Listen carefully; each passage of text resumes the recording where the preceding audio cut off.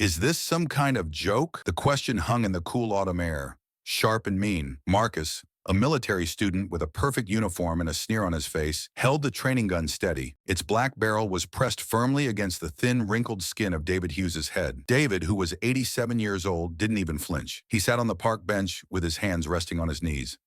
His eyes looked at some faraway point beyond the neat lawns of the town square. He was calm, like an island in a sea of teenage anger.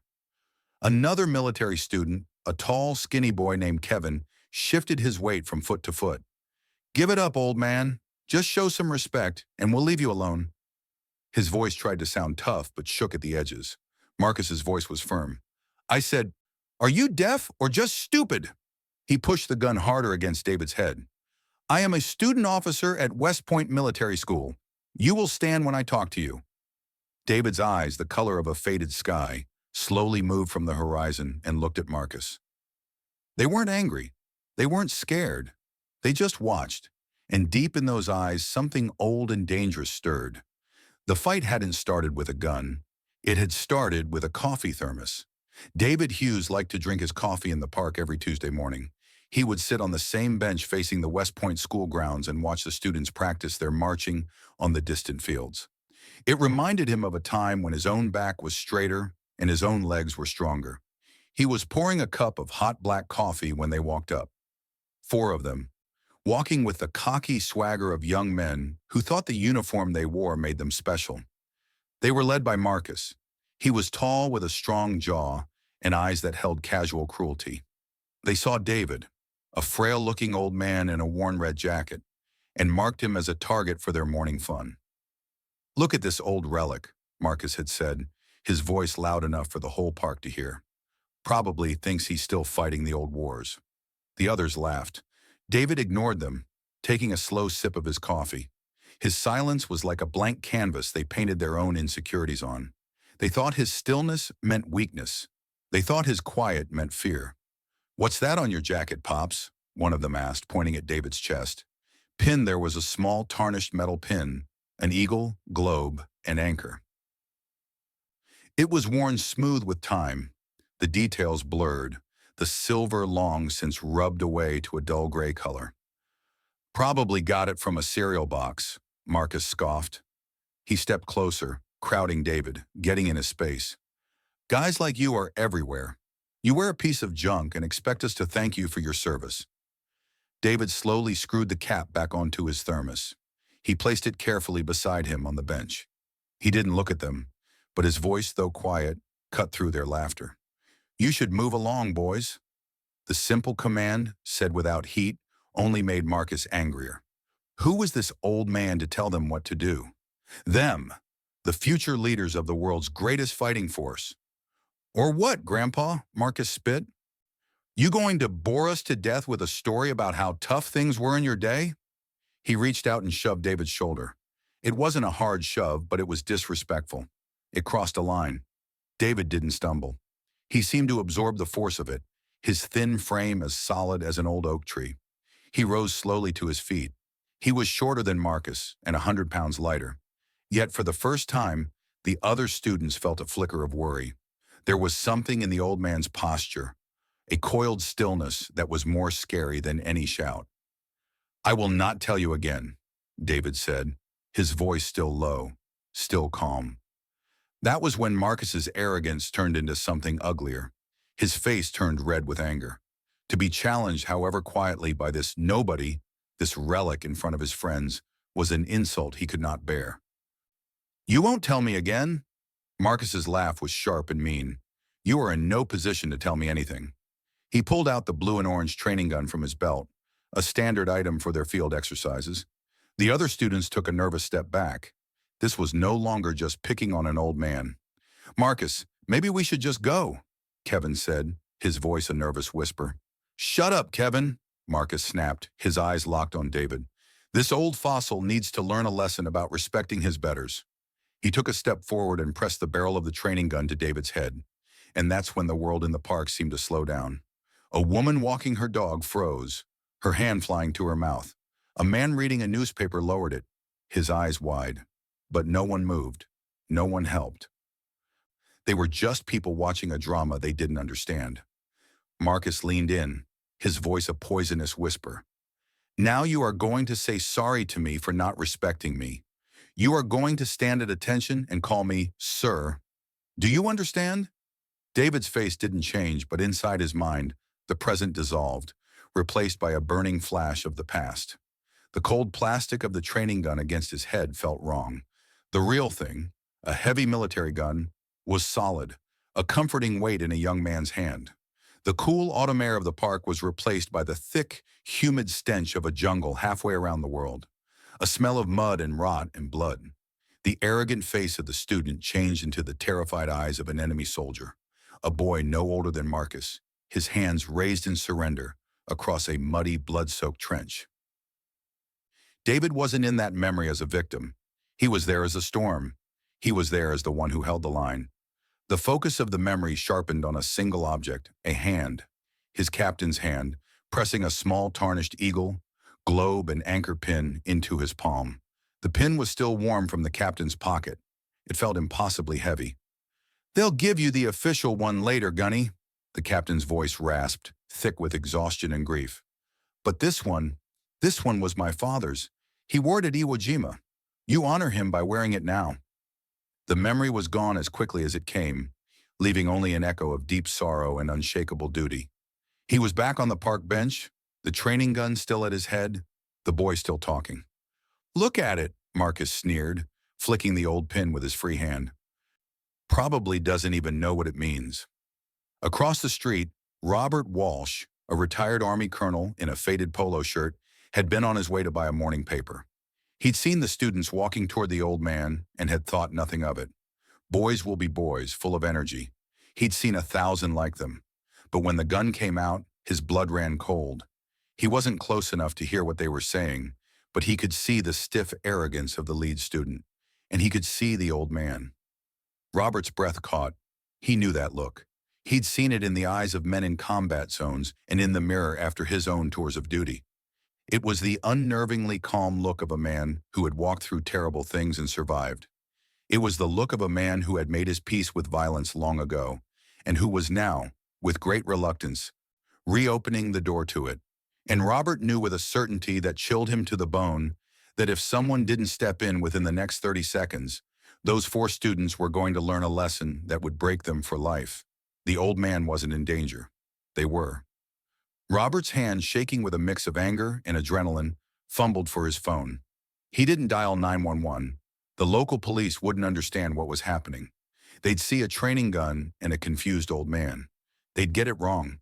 He scrolled through his contacts, his thumb jabbing at the screen. He knew exactly who to call. The phone rang twice before it was answered with a short, "General Simpson?" "Robert, it's Robert Walsh," Robert said, his voice clipped and urgent. He kept his eyes locked on the scene across the street. "I'm in the town square. You have 4 of your students attacking an elderly man. One of them is holding a weapon to his head."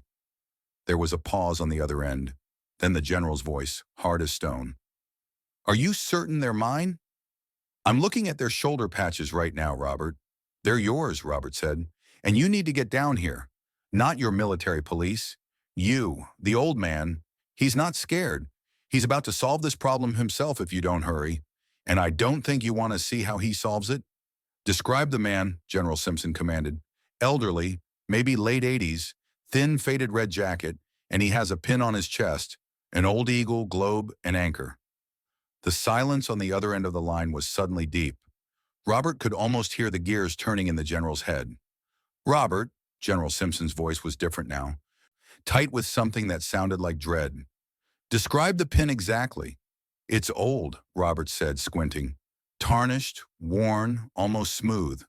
Looks like it's been through a war or 2. A sharp breath in. Then, "Stay there, Robert. Don't let him leave. I'm on my way." The line went dead. Robert Walsh lowered the phone, a knot of tension tightening in his stomach. He had a feeling this was about to become a very interesting Tuesday morning. Inside the nice oak-paneled office of the Commandant of West Point, General Robert Simpson stood ramrod straight, the phone still pressed to his ear long after the line had gone dead. He placed it back in its cradle with a careful, controlled motion that hid the storm raging inside him. Tarnished, worn smooth, an old Marine. His mind raced, connecting dots that had been scattered for decades. "Captain," he barked at the aide standing by the door. "Sir, get me the Level 9 clearance archives. I want the file for Operation Nightfall, not the public summary, the original sealed records. Now." The captain's eyes widened. "Sir, that file is under triple seal. It requires—" "Did I stutter, Captain?" General Simpson's voice was a low growl that allowed no argument. The aide went pale, nodded, and practically ran from the room. General Simpson turned to his secure computer, his fingers flying across the keyboard.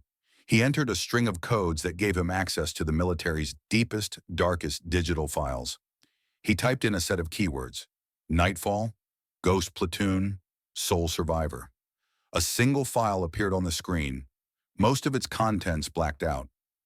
But at the top, there was a grainy black and white photograph taken over 50 years ago. It showed a young Marine sergeant, his face smudged with dirt and exhaustion, his eyes burning with an intensity that jumped off the screen. Below the photo was a name, Hughes, David, and below that, a designation that had become legend in the shadowed corners of military history. Call sign, Ghost. General Simpson felt a cold dread wash over him. It couldn't be. Not him. Not here. He grabbed his desk phone, the one with the direct lines to his senior staff. "Colonel Williams, Major Chen, assemble the entire command staff on the front steps. Dress uniforms, 5 minutes. Move." He slammed the phone down and strode toward the door, grabbing his formal cap. The school he commanded, the very foundation of honor and discipline, had just committed an act of terrible disrespect, and he was going to have to be the one to fix it. Back in the park, Marcus was drunk on his own power. David's continued silence was a defiance he could not stand. It was like shouting at a mountain. The lack of response was more frustrating than any argument. "What's the matter, old man? Lost your nerve?" Marcus sneered, pushing the gun a little harder. The other students shifted nervously. The joke, if it had ever been one, was long dead. This was something else now, something ugly and out of control. "I am a future officer of the United States Armed Forces," Marcus declared, puffing out his chest. "I represent the authority of this nation.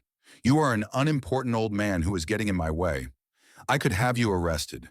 I could have you sent for a mental check. You need to learn your place."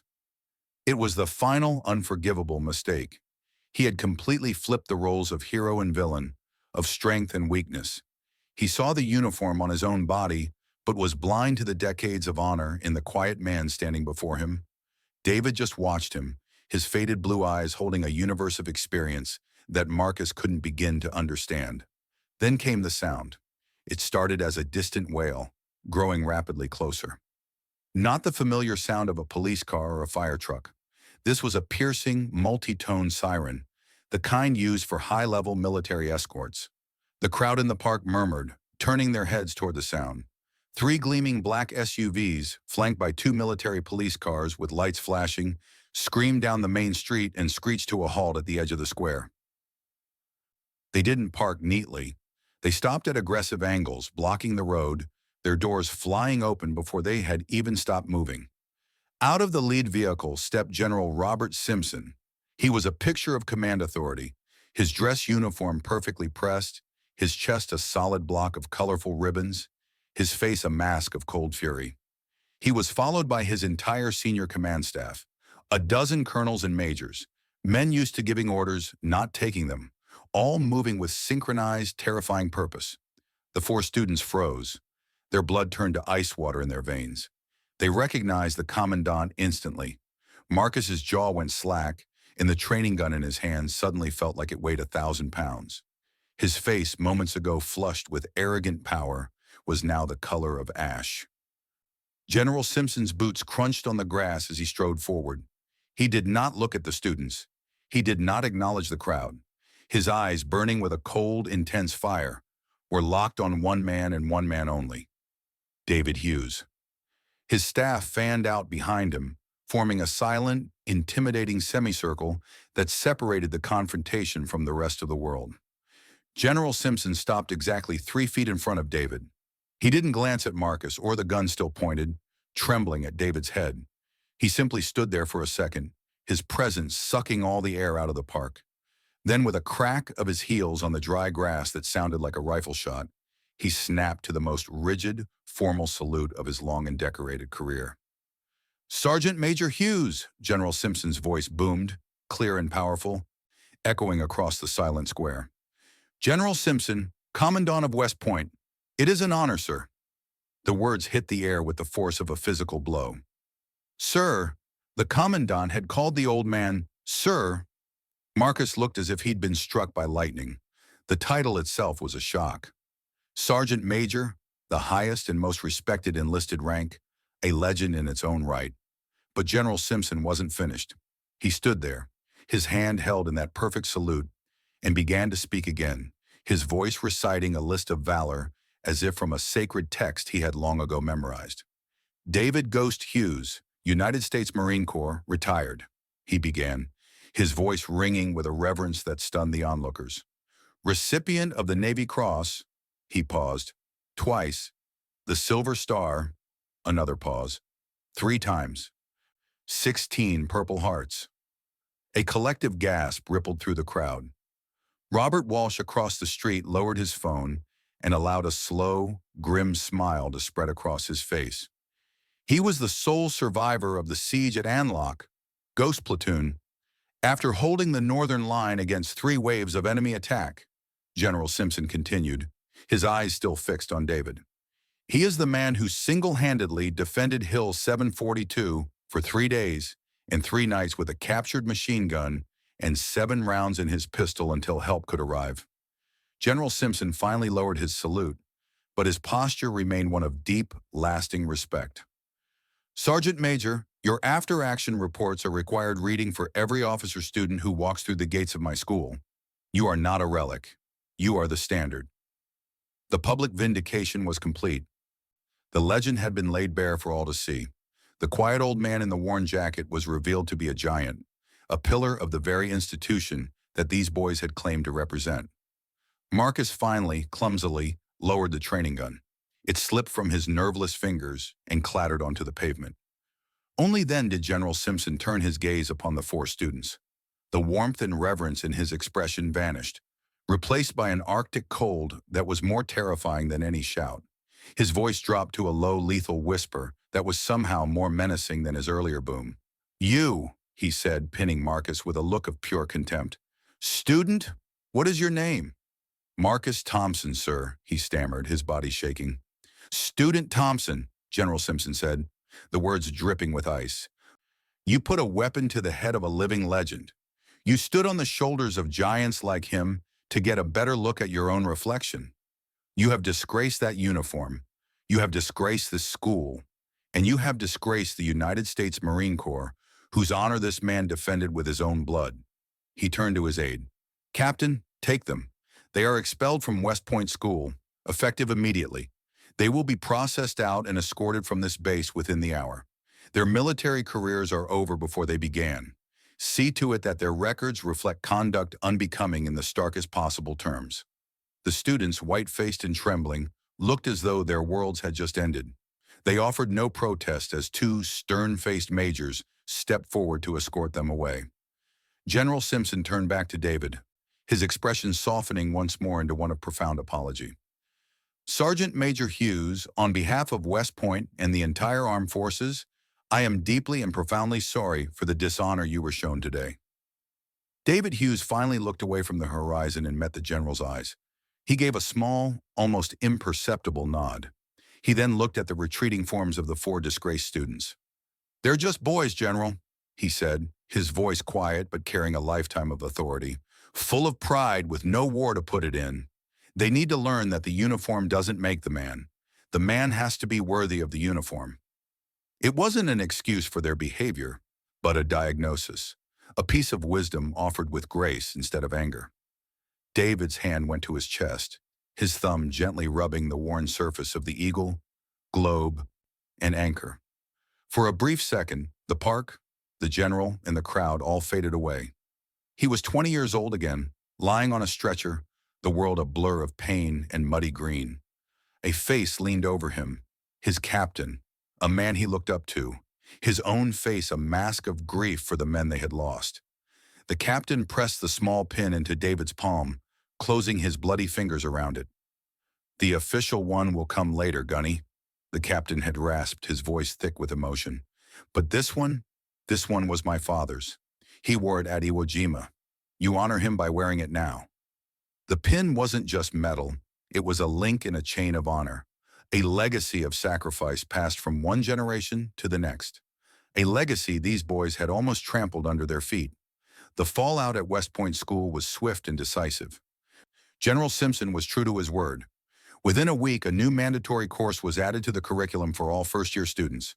It was called The Legacy of the Enlisted, Foundations of Honor, and the first lesson was a detailed 3-hour case study on the service record of Sergeant Major David "Ghost" Hughes. The school also issued a formal public apology in the town's local newspaper, acknowledging the profound failure in leadership and character demonstrated by the former students and reaffirming its commitment to the values Sergeant Major Hughes embodied. But the story's true ending took place a month later, not in a classroom or a parade ground, but in the bright, fluorescent-lit aisle of a local grocery store. Marcus Thompson, stripped of his uniform and his future, was now stocking shelves. His movements were mechanical, his eyes downcast. He wore a stained red apron and a name tag. He was restocking canned soup when he heard a quiet voice beside him. "The chicken noodle is better than the tomato." Marcus froze. He looked up slowly and saw David Hughes standing there, holding a shopping basket. The old man wasn't smiling, but his eyes held no anger. There was no "I told you so," no lingering resentment. There was only a quiet, unnerving sense of peace. Marcus's first instinct was to flee, to disappear between the shelves of pasta and pickles. He felt a hot flush of shame creep up his neck, so intense it was almost dizzying. He couldn't speak. He just stared, waiting for the condemnation he knew he deserved. David picked up a can of chicken noodle soup and placed it in his basket. He looked directly at Marcus, not as a hero to a disgrace, but simply as one man to another. "It's a heavy burden, son," David said, his voice soft. "That pride of yours, it can be a powerful tool, or it can be a poison. The hardest lesson we ever learn is the difference." He paused, letting the words settle in the quiet aisle. "Don't let this be the end of your story. Let it be the beginning of a better one." He gave a single brief nod, then turned and continued his shopping, his footsteps making a soft shuffling sound on the linoleum floor. Marcus was left standing alone in the aisle, surrounded by cans of soup. For the first time since he was a small child, he felt tears welling in his eyes. It was in that moment of quiet, unexpected grace that his true education finally began. The story of David Hughes reminds us that heroes walk among us every day, often in the quietest of forms. If you believe in honoring their quiet valor, please like this video, share it with others, and subscribe to Veteran Valor for more stories that deserve to be told.